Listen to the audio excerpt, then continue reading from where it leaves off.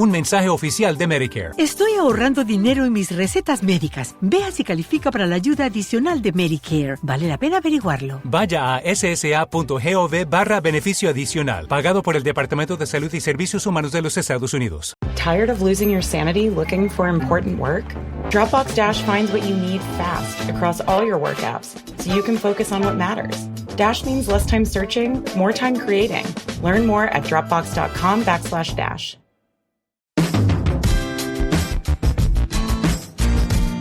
Welcome into the Tour Coach, everybody. It's PGA Championship week, and I'm your host, Tony Ruggiero, as I am each and every week. If you're new to this, these are stories, interviews, roundtable discussions. Some turn out to be pretty funny because we're always having a good time, but it's people that I find insightful, knowledgeable, the people that I trust, the people that I find fascinating from traveling the world of golf, coaching and teaching, whether it's my home studio here in Mobile, Alabama, or my home for instruction at Old Palm Golf Club down in Palm Beach Gardens, or whether it's out at the PGA Championship this week with Andy Ogletree, or it's on the PGA Tour, the Korn Ferry Tour, the Live Tour, Epson or LPGA, wherever it is we travel. These are the stories, the interviews, and the people that I think can help all of you play the game better, or maybe coach the game better, teach the game better, as we have so many folks from our industry that listen to the Tour Coach. And PGA Championship week, folks, means it's your opportunity to go onto our YouTube page, DewSweeperTV, watch some of the videos. We've got new videos, new content going up every day, and I appreciate all of the interest in it as the numbers keep soaring, especially with the production and the release of a new Pro Work episode. For a chance to win a new set of Srixon irons or a Vineyard Vines prize pack or a Bushnell mini Wingman, all you have to do is go onto our YouTube page, check it out, and comment hashtag Pro Work or hashtag DewSweeperTV or hashtag Tour Coach, and those will get you entered, and we're going to do the drawing Monday after the PGA. So I hope you enjoy the content we're bringing to you this week. We've got some great stuff. We've got great people coming on. It's going to be a fun and exciting week up at Valhalla. Before we go, though, I'm a changed man. That's all I got to say. Is everybody listens to this knows, obviously, big red wine guy. Been a huge rum guy for a long time. I always swore off tequila. I had a bad incident with tequila back in college, hanging out with my buddies Big Al and Rich. What can I tell you? I'm a changed man. I had the opportunity this week, was out at the U.S. Girls 4-Ball in San Antonio, hanging out with some folks, and tasted these new drinks called Epic Western. They're 100% blue agave tequila. My personal favorite is the Chisparita, but the ranch water was amazing. La Paloma and Brush Fire. They've got 4 different drinks. This is like going to the highest end tequila bar you can find, getting the highest end cocktail, refreshing, putting it in a can. I can't think of a better thing to drink or just kind of sip while you're playing golf. My first thought was being on a boat in the Keys, but folks, if you're in Nevada, Colorado, New Mexico, Texas, Arkansas, Louisiana, Tennessee, Georgia, South Carolina, or Florida, check out Epic Western. It is amazing. New partner here on the Dew Sweepers. We're looking forward to doing some content with them. But if you want the coolest drink, I think, to drink while you're out riding around in the cart practicing, maybe I should try it while I'm coaching. Check out Epic Western, and that's epicwestern.com. But just go find them wherever they sell it. You won't be disappointed. Take a sip, drive around in a golf cart, hit a few balls. Guarantee it's going to make the experience better. You're listening to the Tour Coach, and it's PGA Championship week. We got some great stuff coming for you. All right, so joining me here on the Tour Coach, one of the great teachers in the game. He's always got a lot to say. From just down the road from me right now, down I-10 in New Orleans, Louisiana, fellow New Orleans Saints fan, Golf Digest Top 50, Golf Magazine Top 100, Brian Manzella. What's up, Brian? Hey, Tony. Yeah. It's awesome. I'm still worried about the Saints now. You know. I'm more worried about the Saints than I am golf instruction right now. I'm arguing with people every night about the Pelicans and who we ought to trade and who we ought to not trade, but it's a good distraction. Sports. I married a gal that Lisa went to LSU. She was in the band for 3 years, and she is more of a sports junkie than me. So it's all you young guys out there that haven't got hitched yet. It's a good idea if you're a sports fan to marry a sports fan, because otherwise you're going to be very disappointed when that game's on. And you can't watch it, and I can watch it. So. Always great to be on the pod with you. No, absolutely. And time gets away from me sometimes. Like, and then I look up, I was driving the other day down to Palm Beach, and I was like, man, sometimes it's like I feel like I had you on and then I look and it's like, man, it's been 3-4 months, or something like that. We've always had you've been such a good supporter over the years through all the radio stuff and everything. And we always have great conversations. You're one of the best guests I ever have. And I thought it'd be kind of cool to talk a little bit about look, I'm no different than anybody else. Look, where everybody's got to put stuff out and content and different things out to be relevant now, all that. So there's so much stuff out there. But let's talk about a little bit about the fads. You're very, very good at staying up to date about what people are teaching and what's going on out there. Let's talk a little bit about what you see is going on out there in the world of teaching. And then kind of, you brought up something off the air about things that, people see that they think won't work that actually do. And let's just have a nice little chat about it. Yeah. When you teach regular folks and the good players too, the tour players, there is, the trends are very easy to spot if you weren't online ever. If you were just a cat and you similar, to you and me. We've been doing this forever, and we work with some really, really, really good players, and some, guys just starting out, gals just starting out, little ones too, right? Right. But the trends are easy to see in lessons because you see stuff over and over and over again, and you start thinking, you go like 10 years ago, I didn't see this, right? So yeah. that's a trend, right? Just like you see guys wear pants that have basically real small at the bottom. And that's why when Jason Day comes out in pants that were exactly the pants I was wearing when I worked at Lakewood in 1986, they look clownish. But I wore pants like that. I thought the same thing. When he wore those pants, I was like, some of my early stuff when I started working for Hank, for HJ, man, like they were pretty similar to that stuff, Yeah. So Jay Delsing was talking about trends. We go clothes first. Jay Delsing was the first guy on tour coming out of the big collar polyester Sansa era, right? Flare pants that wore polo shirts and cotton pants. So he had the banded sleeves. He had the little polo. It was actually probably polo, but I mean everybody calls it a polo. Right. The little lay down collar and pants with pleats that were kind of baggy, and they got a little smaller at the bottom, but they weren't. Like, these sweatpants, whatever you call them that I'm wearing now, like Lululemon. So when I would wear, I was a little assistant in teaching, it was like one of those things where I couldn't buy a whole bunch of clothes. So I had to buy like one set of clothes, stuff that I could wear, to dinner that I could also teach in. And they used to make fun of me. But I said, well, look at Jay Delsing when he comes plays in this tournament next week. He ain't going to be wearing that stuff. And he weren't. And then couples, huge. Ashworth, right? So if you look at the couples from '94, the famous, where the ball gets stuck on the slope on 12 at Augusta, those pants don't look that different than the pants that Jason Day was wearing. So the only reason to bring that up in this, conversation is that's how golf swing stuff is too, folks. You don't realize unless you're old like me and Tony here that there are things that go in and out of style for all sorts of reasons. And the first one I'd like to talk about is the club going back somewhat in. So let's just say at first parallel. So I got a pretty decent book collection. It's complete Little League compared to Michael Jacobs' book collection. Partially because he didn't have a Katrina in the middle.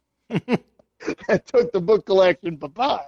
So, but I bought, I bought a lot of books. And I like old books, and I like old books with pictures. I'm looking at Alex Morrison, Better Golf Without Practice. Highly recommend that if anybody's out there like to go on eBay and buy an old book, and maybe you come up, you see something. It's a good book, very good instruction book.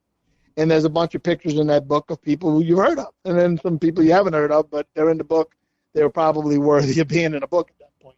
Right. Well, the thing is, there's things that went that have gone in, that have been in style and out of style, and a good example, a good start is the takeaway, right? So, first parallel, okay. Everybody knows that should be parallel to the top. or else, right? Then you're not a real player. You're whipping it inside. Something wrong with you. Except, I bet you, just looking at my little book collection right here, sitting here in the studio in the sky talking to you, that I probably have 100 people who aren't with us anymore that are in these books that people who are listening to this have heard of. Mm-hmm. And I would say parallel to the target line at first parallel or P2, whatever you want to call it, 10%. So 90% of famous golfers who are in these historical books who are, playing the golf course in the sky right now if they live a good life. It ain't my job to judge. But you know what I'm saying? They didn't do it. Right. So how could it be you have to do it, Mr. 5 handicap who wants to get the scratch? No, you don't. And the simple fact of the matter is that you're swinging a club head. When that thing hits the ball, the vibration only goes up about 4 inches up that shaft. So as far as the ball knows, that's the only thing that hit it. 4 inches of shaft, a ferrule or a little adapter, on the wood. Right? And the head, and that's it. That's what you're swinging. And all these arbitrary positions are really not as important as the arc the club head makes going back, because you have to speed it up to make a backswing, and you have to slow it down to stop the backswing, and then you have to redirect it, probably with the same juice that you slowed it down with. So pay more attention, folks that are listening to this. If you got a line drawing little app on your track, just the club head. Some of these new AI apps will do that for you. Crazy, yeah. XView, I've been in a beta program. I think you can buy the program now. They'll do a club head trace, and you'll start seeing this look at the top of the swing in transition. I call it the sickle. Well, most people can't turn enough and get their arms in the position that Rory can, that he can take it really straight back, I think too straight, to be honest with you, and then wind up at the top, what everybody would call across the line, but I would call just standard, like pointing at the target, and from straight back. He can do it from straight back. But Mr. Faversham, or Mr. Faversham's son, Pete, who's a CPA, who's 38 and has 1.3 kids, that guy might need to take the club back where the shaft is like pointing 20 degrees, 30 degrees maybe, to the right of target at first parallel. And if you said that on the internet, you'd create a junk. Oh, yeah. That could be junk. These guys in the book, they were playing with friggin' rubber band balls and wooden drivers, and they, believe me, it beat Mr. Faversham and his CPA son Pete's best ball. Like it's nothing. Why do you, two questions. Why do you think people got away from that? I've got a girl that I've posted her on Instagram before, plays at Mississippi State, freshman, really good, played great for them in SECs, and they won. And she gets it in and shut. I mean, and I've not changed that, right? And she smashes the hell out of it. I'm curious why do you think people get, okay. Hank Haney's the first person that made it pop. I'm not blaming Hank. I'm just saying and he why was the first person that popularized what straighter back. Okay, and what would be the benefit? A lot of people listening to you and I have been for years, and they're like you said, they're not a tour player, right? They're golfers trying to get to scratch, trying to break. What would be the advantage of doing it? It makes it look pretty, right? It makes it look neat and tidy. But at the end of the day, the technical of it is this. And this is the way I like to look at golf swing stuff. And I encourage the listeners to do this. Every year, and I will do this hopefully for plenty more years, so it's up to the man upstairs, I go to the PGA show. I have not missed one. Or they missed one because of COVID. I went to the next one. It was pretty sad, but I went anyway. Since 1985. And demo day probably started in the late 90s, right? Mm-hmm. And it's at Orange County National Driving Range, which folks have never been there. It's the damnest thing you ever saw. It's a round driving range. It's 1 mile around on a cart path. Yeah. And, okay, so now everybody who's at the driving range right now, we'll go back in the time machine to this year, and they're all in the range, and I got the big microphone in my hand. I said, okay, you have to listen to me. everybody, we have a little blinking light to the right of you. Look to the right of you. Hey, look at that, blinking light. If the light's blinking, your club is not parallel to the target or outside the target, parallel to the target at first parallel P2. Okay. So all you other people, we got something for you in a second.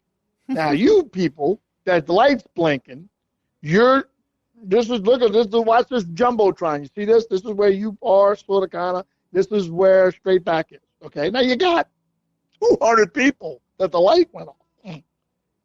We're going to let you hit 5 balls. If you can get the club to go straight back-ish, right, like we're showing you right here, you get a dozen of any ball you want on the market. Well, everybody's trying. What the hell? It's $60 a dozen. Yeah.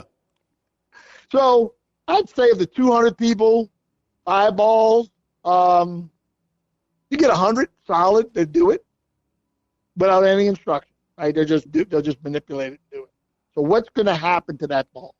Oh, Brian, that's not real teaching. That's bullshit. It's as random as you're going to get. You got 200 guys. There's going to be a couple tour players, be a couple schluff teachers like us. There's going to be some guys that never played golf before. They went with their friend to this demo day to see if they like golf. And so they took it back straighter than they did. What happened to the shots? Okay, first thing is overall the shots go further right. Mm-hmm. Couple will go further left. Yeah, maybe somebody took it in, swung out, and pushed it to the right. But in general, it's sort of a fade element. The more outside you take it is a fade element. Why is it what does that have to do with fading? Because with the club head more out in front of you at that place in the swing, unless you rotate your arms more than you did before probably, the club will wind up on the wrong side of your coconut at the top, like Matt Wolff or Furyk used to do, or Jimmy Braun, the guy that they always bring up, and Miller Barber, right? You'll have that look. But pretty much everybody's and you're going to rotate your forearm and your club by doing that. And so the club is going to be a little bit more open overall at the top. The whole system is going to be a little bit more open, and you probably fade it more. So most good players or hookers at some point, they pass through hooker, right? And they take it a little straighter back if they were yanking it inside, and they probably hit a little bit less of a hook. That probably ruined half of them right there, randomly. But everybody teaches it. I say everybody. 98% of all the teachers in the world would take that girl from Mississippi State and go, oh, Tony doesn't know what he's doing. He's supposed to be straight back right here. Look at him. Let me draw a line on the screen. So that's what it does. It changes the arc of the club head and it forces you to rotate the things that open the club more on the backswing to get the club where it would have been, to get to the same place it was when you took it inside 20 degrees. Okay.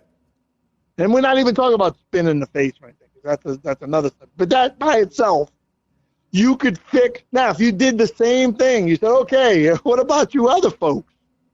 I said I had something for y'all. You know, there's 240 people there that took the club back straight or outside. Now, we got 100 of y'all. You got the best candidate. You take it back so straight, Hank Haney would blush. He'd kiss you on the mouth. Okay, so now you 100 people for the dozen balls have to take it back this far in. You go, who is this guy? Yeah, Sam Snead. So it's not that bad, right? Pretty decent player. Might have heard of him. You got to get it in here 25, 30 degrees. If you do it in 5 balls, you get dozen Pro V1 left dashes if you want. Okay, here you go. Do it. Ooh, some of those people are going to go, wait a minute, what was that?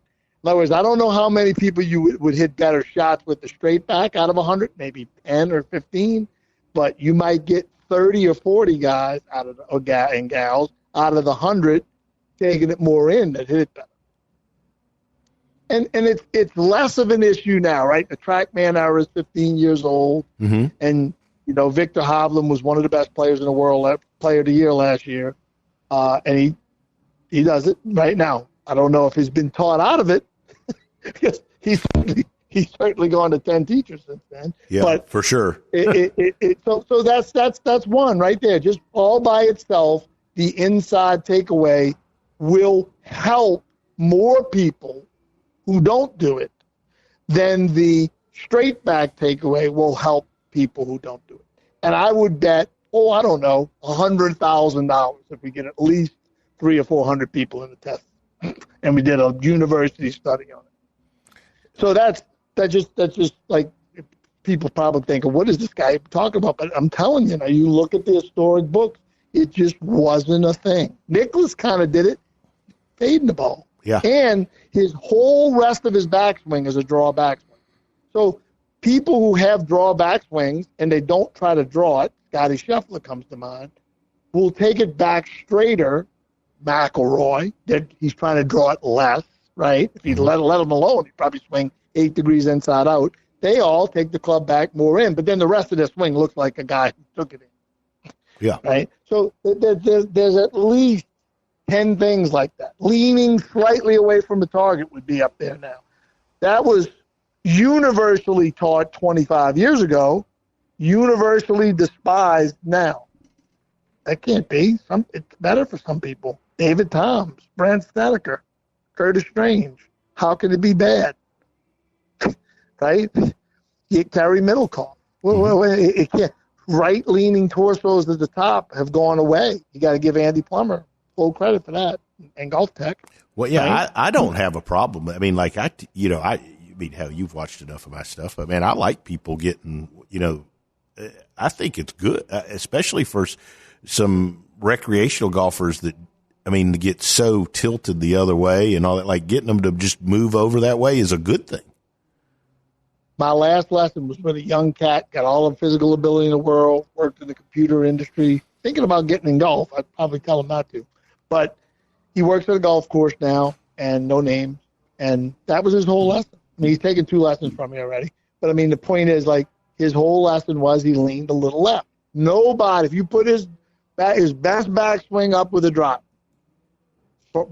the befores, right? So the last time he went out and videoed himself.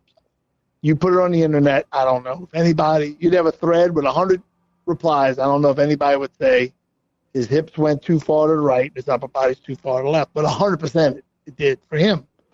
I got him looking pretty much like, Hogan, who did not lean left at the top, much as everybody who likes leaning left thinks he did not. And he hit the ball so much better. It was like the guy was. Yeah. He'd have kissed me if I'd have been prettier. Right? So it's one of those, that's another thing. That's taboo. You can't do that.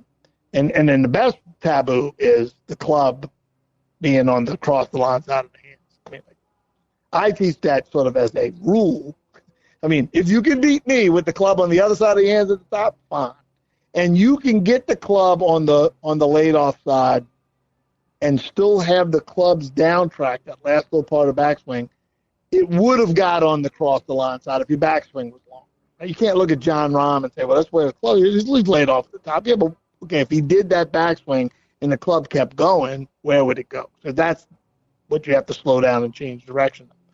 But like you would think it's the worst possible thing because I don't see anybody on the internet posing people with the club between their arms. A couple. Travis Fulton's one of them. I got to give him credit. It's like that's just a normal position. It's like looks like everybody in the book. You have a tough time finding people who everybody would agree 1% laid off in any of these historical books.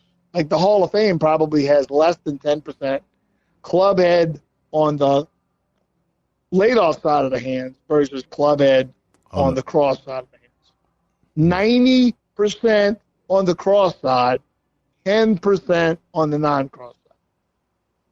And then, but it's gone away. It's like nobody thinks you can. If you do that, it's going to flop underneath you. Some people need it to flop underneath. It would be good for some people. Why do you think people got away from that? That part, yeah, I think cross that's right. line laid off. If you take the club, first of all, video programs, right? Like I now have, I don't have all of them hooked up. I got 4 hooked up. I now have 6. I'm trying to figure out the other 2 angles. video cameras that can play back the swing in my studio every time people make a JC video. I think they make the best of that unit, that software. And I've got, as I look across my studio right now, face on, down the line, overhead, and booty view, right, which would be, face on for a lefty. Yeah. And I watch them on every swing. They play back, whether I like it or not, on every swing. And if you take it back straight, like we were talking about a second ago, with first parallel is more on the toe line or something like that, then it will generally, you'll have to rotate the arms a lot. Everybody thinks the right elbow should be tucked. That would be on the list too. Pointing the forearm pointing straight down, which is garbage. But not for everybody, but for most people, garbage. And so if you do all of that, you draw a couple lines on your line drawing program, then it looks like everything stays more on a 2D plane, which is just in 2D anyway, which people need to understand. The golf club is not swinging on a plane. I got people, well, I'll look at this last swing this guy made right now. His swing plane in TrackMan, that's just the club end. Okay? You may have heard of something out there called vertical swing plane. There is no such thing in TrackMan for 10 years called vertical swing plane. But there's one little guy who wears a visor and teaches golf. He likes to use those terms. And people go like Ren Tom on a TrackMan and go, where's the vertical swing plane number? It doesn't exist, bro. He likes to say it because it makes him sound smart. But the number is I got you there, didn't I? The number is swing plane, right? So swing plane on this kid's last swing was 44.2. The swing radius, the average, because it's changing at all times, but the average swing radius from hip high to hip high is 42.5, and the swing direction was pretty straight. So in other words, if you do that, if you go get a hula hoop and cut it and measure it 42.5 and 44 degree angle, and then you try to match the club head motion on that little hula hoop to what the kid actually did. He's a kid. He's 30 years old, but I mean, to me, he's a kid. It wouldn't match because the swing is a little bit more, it doesn't flatten out to a plane in real world that much. It get on something like a plane from down the line. But again, you're looking at it from 2D. Right. It curves more than that. And it has more of a belly instead of a flat belly. And so people are really, they're making decisions on their golf games and their students' golf games based on 2D, which is, it should go away at some point, right? Because at some point they'll get this app-based 3D, I think with a couple of cameras, probably pretty close. But when you look at the overhead, you look at the down the line, you realize that you're basically spitting in the wind on the down the line. Right. And you see things that you think are happening, like the laydown move, right? The famous laydown move. Mostly backswing. So, like, I have pros work you do too, right? Teaching pros will come take lessons for a couple of reasons. One, they like golf, but they want to hit it better, and they want to learn, right? We were talking about B and Jacobs worked with Jason Duffner and Steve Elkington. Well, Jason Duffner gives he also teaches some tour players, and Steve works with lots of people. So they weren't just learning for their own game, so that they're trying to apply it. Yeah, they're trying to learn it so that they can tell their friends or their clients, right? And so if you did this with any of the things we're talking about, more or less, the laydown moves that you think you can do the laydown move. Let's just say they don't do it. Oh yeah, I could do it. Okay, go ahead. Right? There it is. Now, when you look overhead, you realize, because you can see like where the backswing ends and where the downswing starts of the club. Most of what everybody thinks is a laydown move is still on the backswing. The club's really still going. But from 2D down the line, you can't see that. It looks like they're doing it on the downswing. So you got all these poor people going out to these driving ranges, and they got their little phones on their little, miniature tripods, and they're trying like hell to lay the club down on the downswing. And most of the people that lay the club down, some 2D lay that club down, or doing it on the backswing. So a lot of this stuff, the long answer to your question is because it looks neat and tidy and it matches a couple of lines on 2D video. And everybody thinks that the neater and the cleaner it is, the better. But this kid that won the tournament yesterday ain't neat and clean. He picked the club up outside and then takes his hands in enough where he crosses. Most people that would take it outside would lay it off. He crosses the line a bunch, and he hit the crud out of the ball. He hit it great. And he's going to win more than that tournament, I bet. Because he hits it far and he hits it pretty straight. And that club ain't going up any damn line on the backswing. So most of this stuff we're going to look at this 20 years from now. Hopefully you and I are, the old guys, the old guys now, like Butch and those guys, not that they're old, but they're older than us, and still be around and still be in the conversation. We can say, hey, I remember talking about this on Tony's old podcast. At some point when everybody knows more than they ought to know more than they do now. Some of this stuff that's popular for no particular reason or popular for just bad measurement, basically. It's not any good. It's not good for golf because there's a certain percentage of the tour would probably play better if they took the club back more inside. There's a big percentage of the tour that would play better if they laid the club off at the top less. There's a bigger percentage of the tour who try to lay the club down who'd be better off not doing it. So the tour is even getting affected by all this crap. For sure. And I think that, just for me, and this isn't being critical of anybody teaching the shallow and it crazy out of the top, but just standing here in Mobile or standing in, down at Old Palm. The number of people that have gotten way worse and sometimes hurt themselves by trying to really overdo and exaggerate and do that has been probably more than anything else I've seen. That crazy. There's no doubt about it. And, I'm not off base on that. Do you think? Nobody has explained to me. It doesn't have to be right. I got a theory on everything. I'm obsessive compulsive. If people can't figure that out listening to me, spend some time with me. So I have to. One of my little mental afflictions, and I got a million of them. My critics think I have 2 million. Is that I have to make sense out of everything, even if it's just for me. It doesn't even make any sense to Tony. It has to make sense to me. And all of this stuff, and I try to compartmentalize it. But at the end of the day, what you're dealing with I think at the high level of teaching is a sham.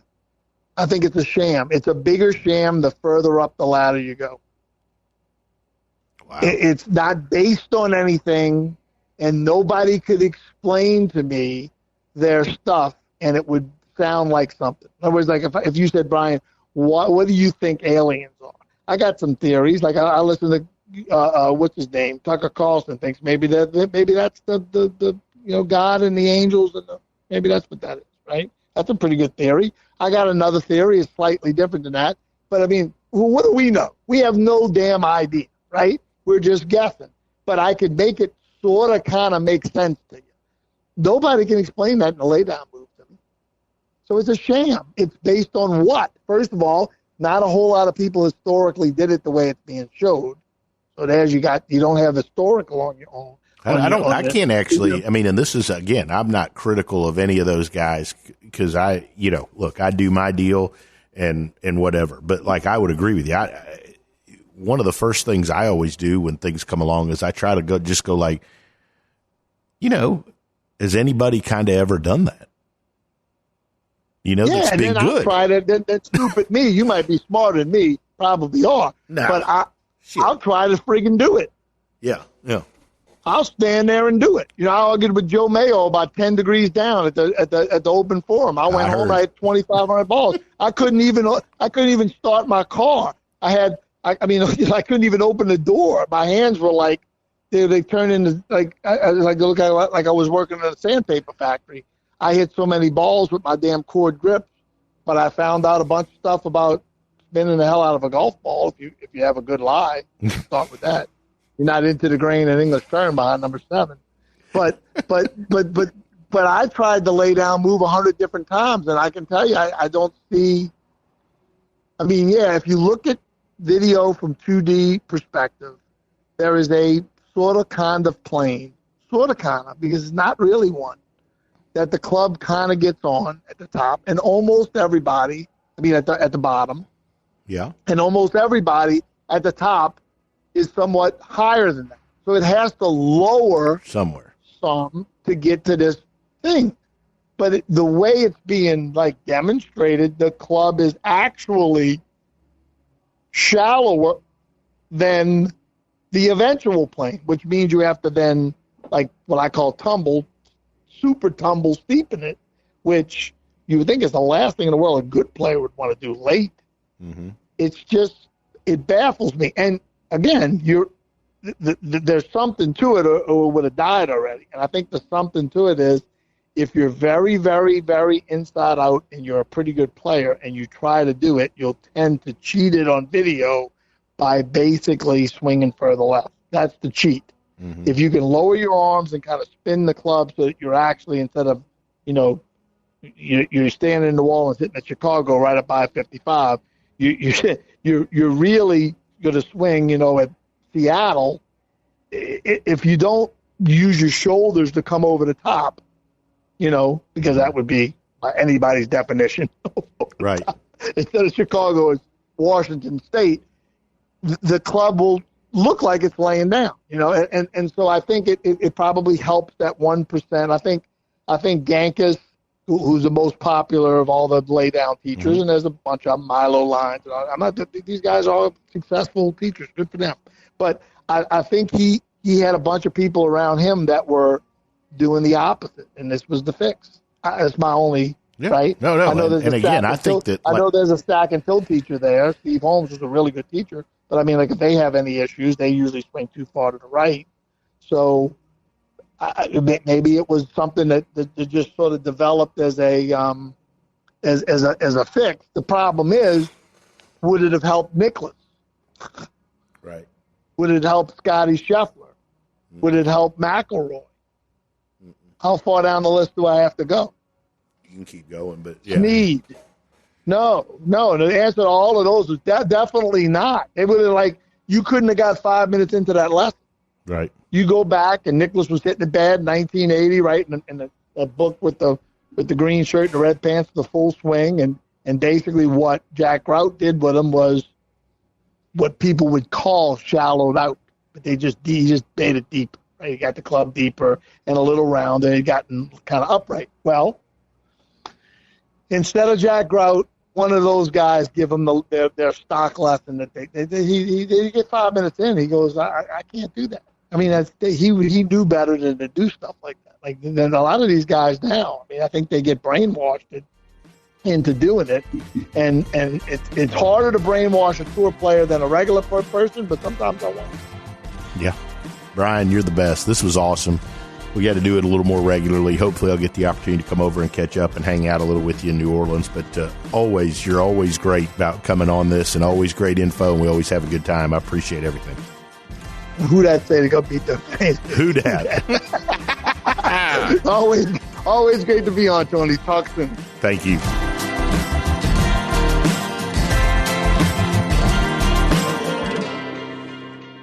Hi, this is Tony Ruggiero. And look, recently, several teachers I know and several players have had some scares with skin cancer. In fact, I recently went and saw a dermatologist here in town, and I had a couple things frozen off, eyelid, my face, my earlobe, and not getting any younger. And I know it's getting to that time of the season where it's cooler, but look, being in the sun is a real deal, and I've not been very good, to be totally honest, my whole career at using it at all, because I didn't like how greasy it was, how hard it was to get off your hands, how it clogged up my pores. And then I found this sunscreen, Visor Skincare. It's clear, it goes on, it doesn't dry you out, it isn't greasy, it's like you didn't put anything on it. By far, it's the best sunscreen I've ever used. Without a doubt, is the easiest to use.